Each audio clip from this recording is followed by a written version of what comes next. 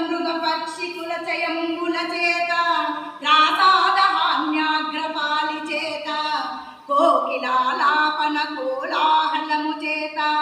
కనకాంబుతోత్పల ఘనము చేత పలు విధంబులు మేలి కంబలుల చేత నదులిత విశాల భూమి గృహాలి చేత సర్వఋతు పుష్పవనగ భుజముల చేత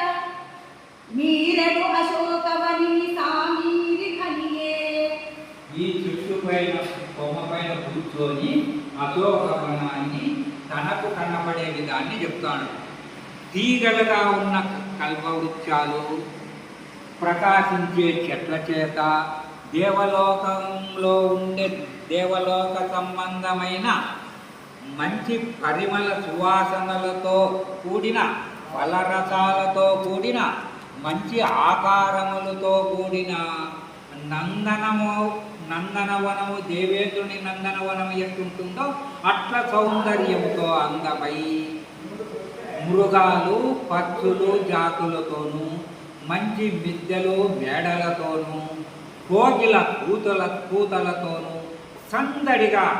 బంగారు కమలాలతోనూ ఆ సరస్సులో బంగారు పూలతోనూ కలువ పూలతోనూ రకరకాల